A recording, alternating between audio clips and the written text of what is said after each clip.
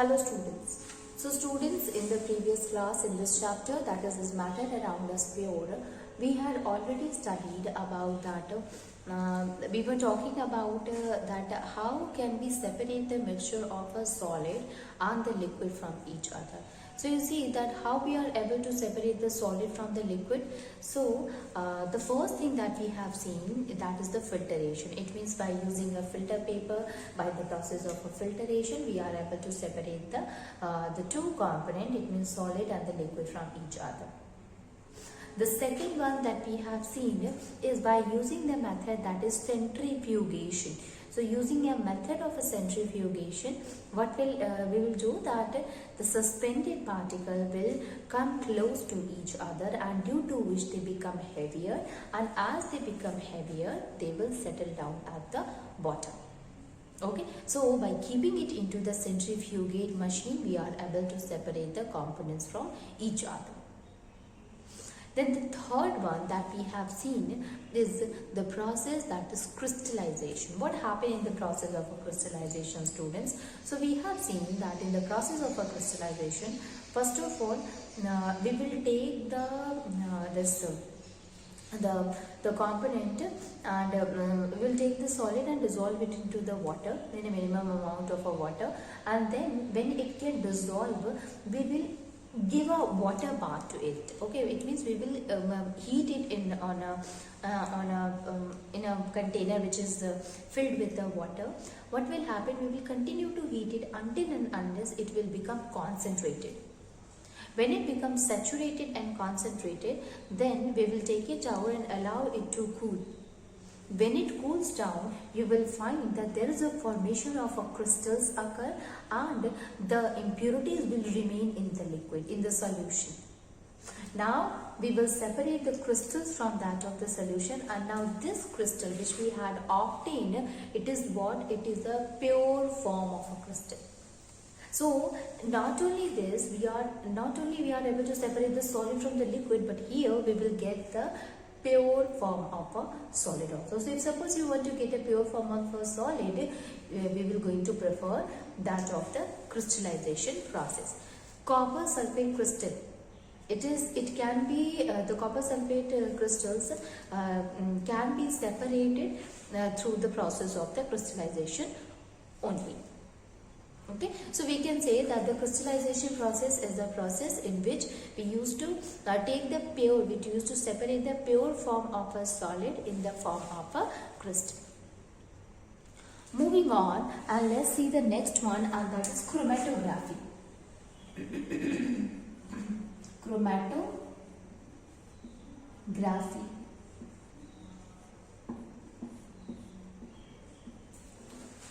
What is a chromatography, students? So basically you see that it is a technique, it is a method in which the two different components which is dissolved in a solution, or which is present in a substance, can be separated with the help of the chromatography separating technique.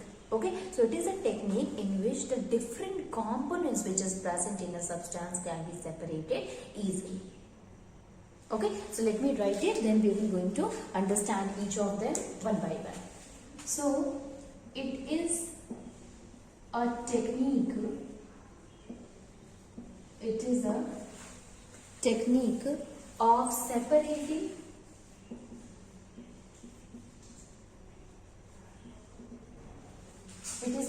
of separating two or more dissolved solids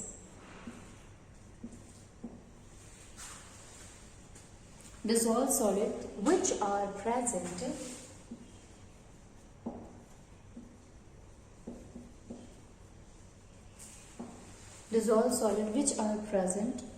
in a solution,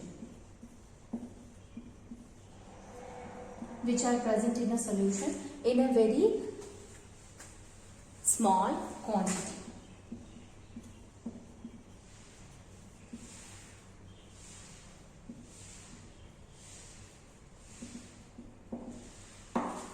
Okay, Okay, so we can say that the chromatography is what? It is a technique of separating or two or more dissolved solid which are present in a solution in a very small quantity. So if two or more solids are dissolved together, and if you want to separate their two components from each other, how will you do so? You will separate it with the help of the process that is chromatography. Now basically the chromatography is of a different type, but the chromatography that we are going to understand in this syllabus is the paper chromatography. Okay, so what is a paper chromatography? So we can say that by using a chromatography paper, if we are performing the process of the chromatography, that is a paper chromatography.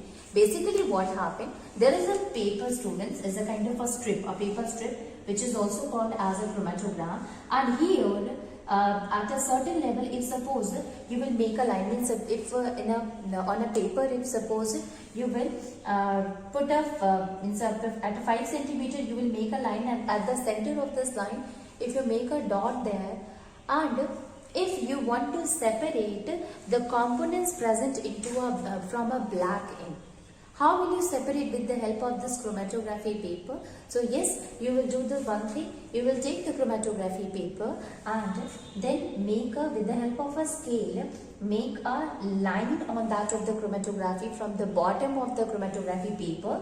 It can be 5 centimeter or 2 centimeter or 3 centimeter, and at the center of the chromatography paper, you will mark it, and there at the center you will, with the help of a capillary tube, you will put the ink at the center only. Now you will keep this chromatography paper in a jar, and that is known as chromatography jar. Okay, and in that jar, with the help of the glass rod, you will hang this chromatography paper there. Now remember that the chromatography jar will consisting of the water in it, right? Now you are keeping this chromatography in the jar which consisting of a water. Now what will be the level of the water? So if suppose this is the jar in which you have hung this chromatography paper, so the level of the water should be such that it will going only to touch the, means this level of the water will be such that it will touch the chromatography paper just below to the ink, means where you have marked the ink, it should be below to that,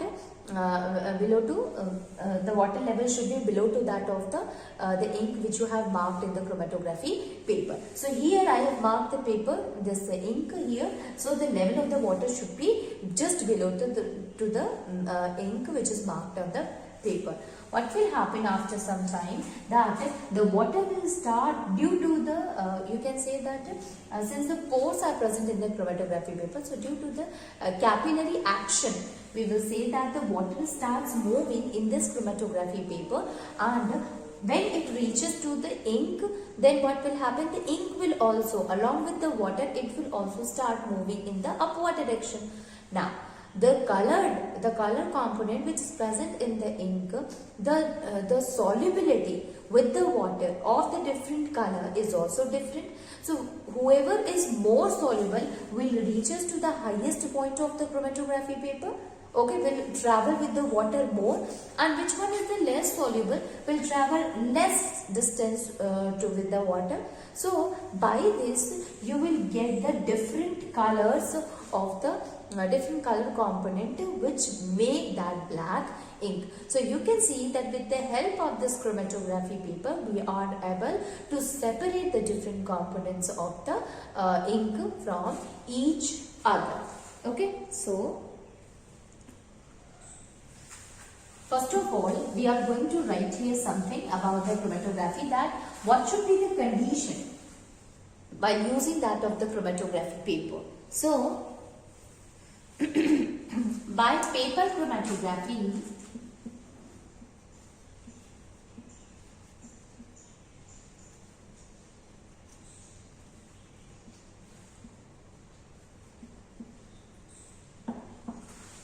with the help of the paper chromatography, two or more different substances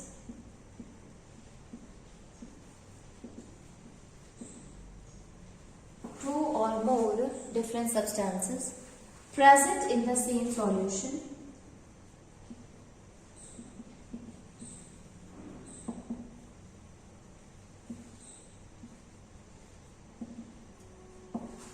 present in the same solution can be separated.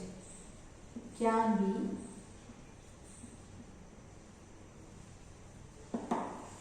separated. Okay. Now, what is the condition here? That both of the component which we want to separate it from each other should be soluble in the same solvent, but the solubility varies. Means they are dissolved, they can be dissolved with the same solvent, but the level of the solubility, it varies from each other. So,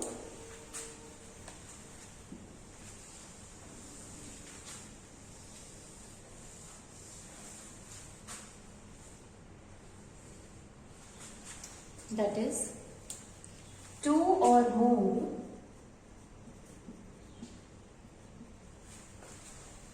more substances are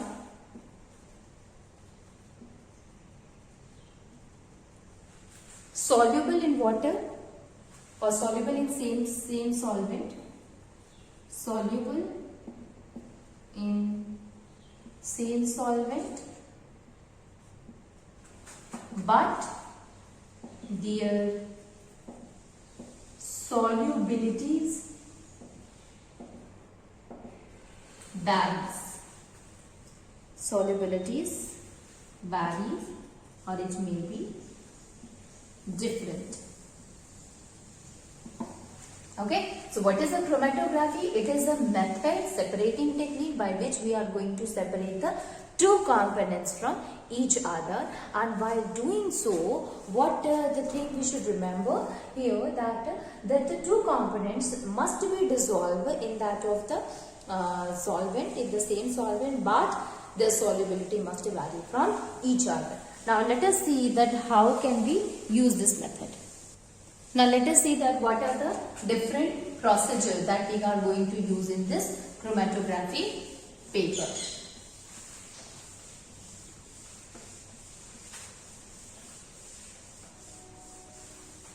Okay, now see here, that is, if suppose we want to separate the black ink from the mixture of the components present in it. So first of all,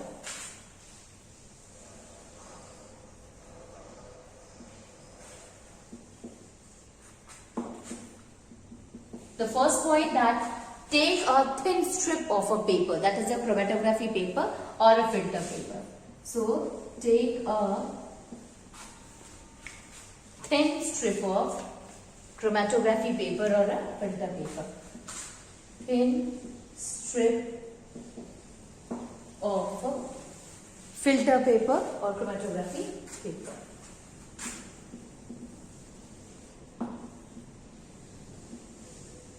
And so we have taken a thin strip of a chromatography paper and draw a line with the help of a pencil. With the help of a pencil on it about 3 centimeter from its end. Okay, so about 3 centimeter from its end, we will going to make a draw line. So if it is a thin strip, so here about, if this is a 3 centimeter, so we are going to make a line here from the end of this chromatography paper. The second step is that put a small drop of the black ink at the center of this line. Okay, so this is the second point, that is, put a small drop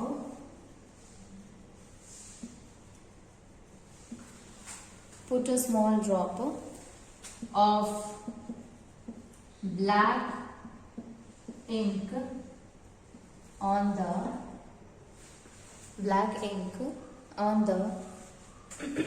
filter paper strip. On the filter paper strip at the center. Filter paper strip at the center of the pencil line at the center. Okay. Now leave the strip till the ink dry. Okay. Now we will leave it until and unless the ink which we had dropped it, which we have put it on the center of the pencil line. Now when the ink dry, what will happen? Take this filter paper strip and keep it in a tall, large glass jar, and that is called as a chromatography jar.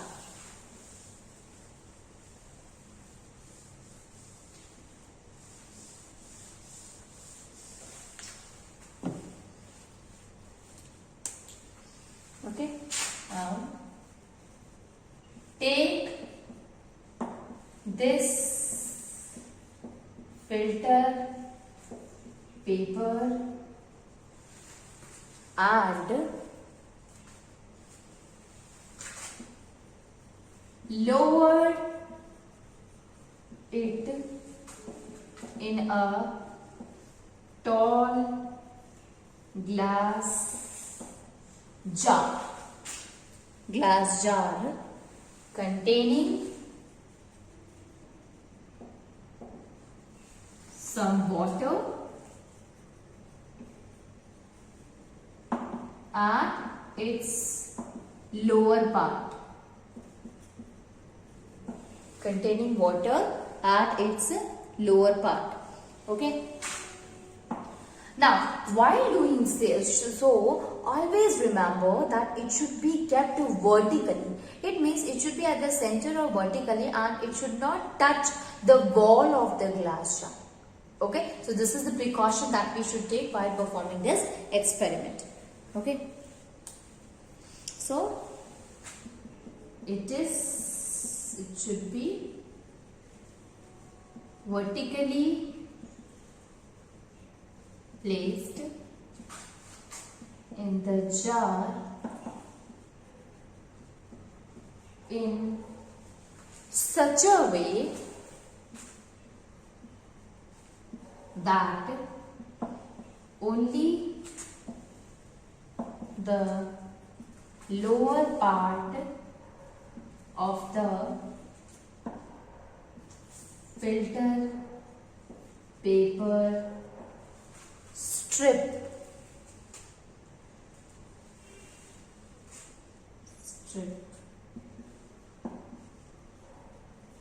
touches the water. Okay. But the pencil line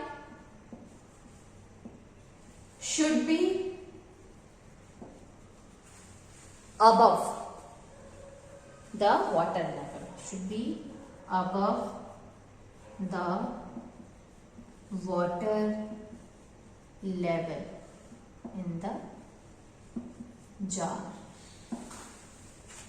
Okay. Now you see here, students, what we had done, we have taken the filter paper and we had kept it in vertically to that of the chromatography jar.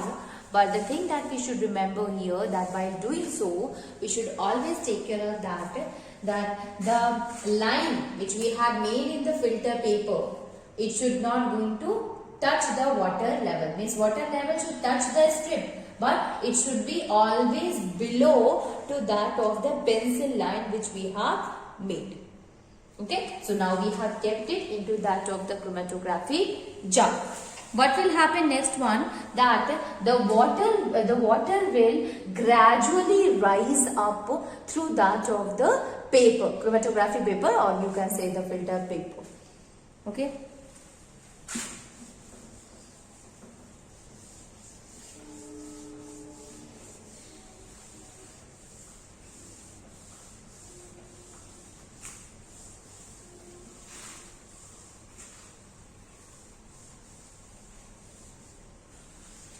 So we can say that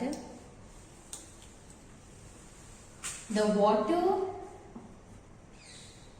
gradually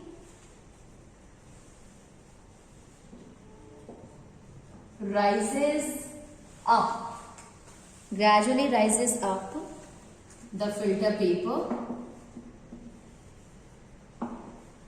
rises up the filter paper by capillary action.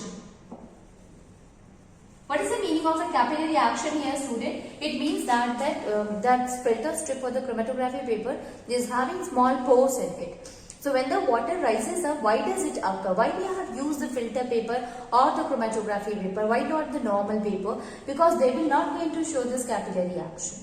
Okay, so here the water gradually rises up because of the capillary action. The pores which is present in the paper will help it to move in the upward direction. Okay, so the capillary action will be shown by the filter paper. That's why we have used it into the chromatography process. Okay. Now, as it moves upward, it will take along the dyes with it. So, as it moves upward,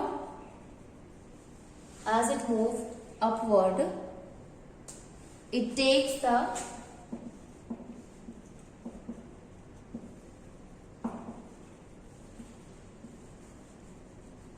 along with the paper strip.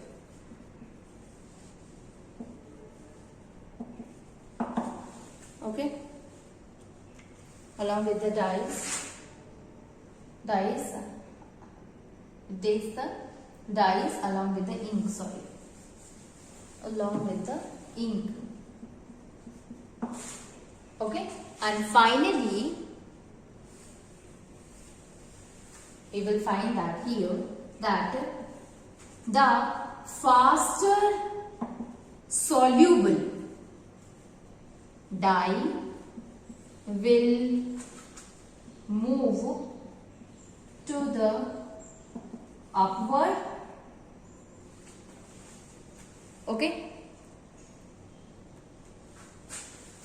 as it dissolves first and forms its color spot at the top, at the higher position or top. While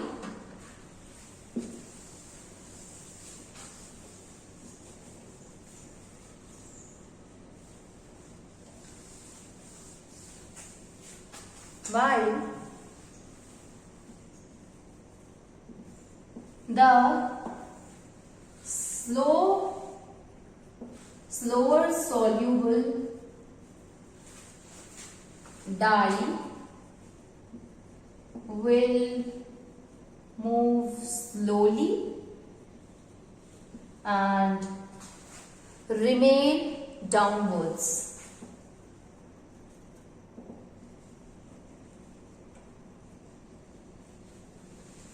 Remain downwards as it slowly dissolves,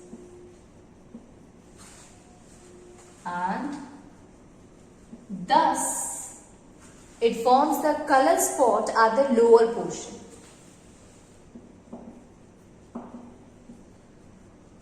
Its color spot is at lower position. Now, let me explain you students what happened here. Here we have taken the black ink, and you know that in a black ink there are different kind of dyes are there. So different kind of dyes, they join together, they combine together to form the black ink.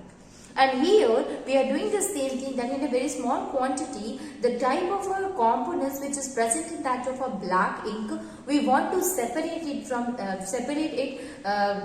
each other. And we have done this with the help of the chromatography process.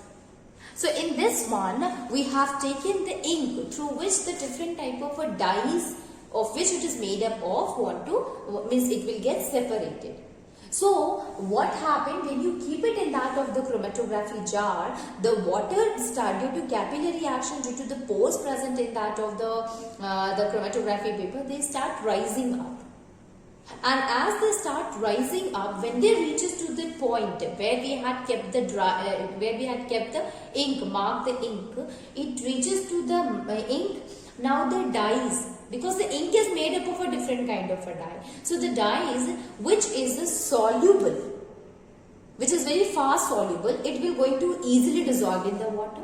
And as it will get dissolved in the water, along with the water, it starts moving in the upward direction.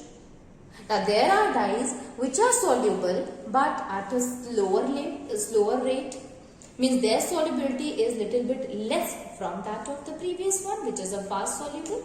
So they will also get dissolved, but they will reaches to a slower, means they will move slowly with that of the water. So what will happen? Which one is the faster one, which get dissolved faster, reaches to the higher position, because they are more soluble in water. So along with the water, they will reaches to the highest position. And those that dye which is less soluble, it will also move, but not to the higher position, but to the lower position only. And when they reaches to the higher position, the dye will spot its color also. If suppose a black is made up of a yellow also, and a pink also, magenta also, or a green color also. So this will be formed here. So yellow, if it is more dissolved, the yellow color, yellow dye, if it is fast soluble, so along with the water reaches to the highest position, and there it will form a yellow spot.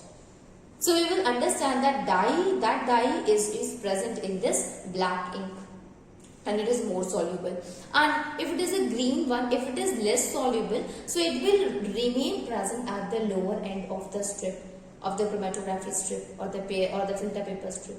So we will going to say that okay, it will not going to move to a upward direction, not that much it is not very much soluble, although it is also a part of a component of the black ink. So we have got these two components through which the black ink is made up of. Not only the two students, it can be made up of a more than that. So they will show the different kind of a spot. It means if it is strip is there, so if it is a strip is there, so chances is there that here you will see the blue color, or here you will see the purple color, here you will see the yellow color, or you will see the red color. Like that, a different kind of a spot will be formed on the chromatography paper or the filter paper. So with the help of this process, we are able to separate the two components which is present in it and separate it. Okay.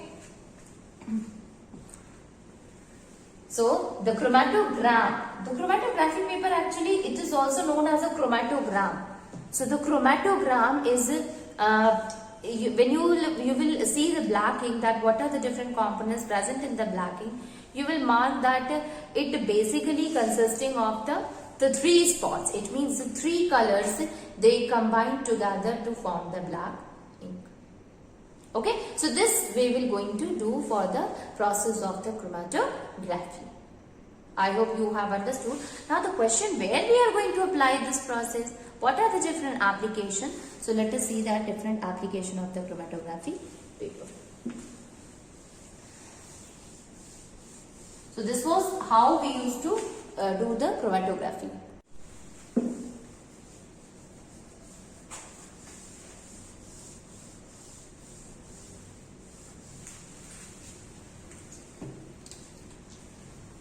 Application.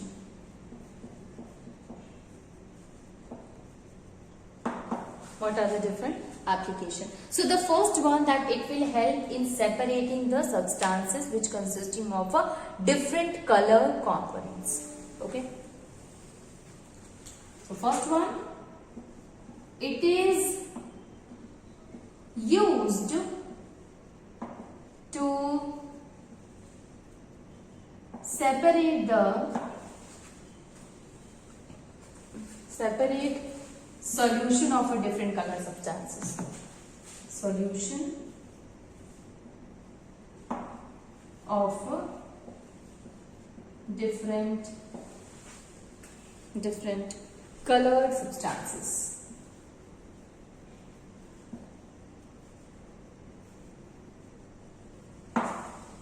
Okay, this is the first application. Rest of them we will going to study in the next class.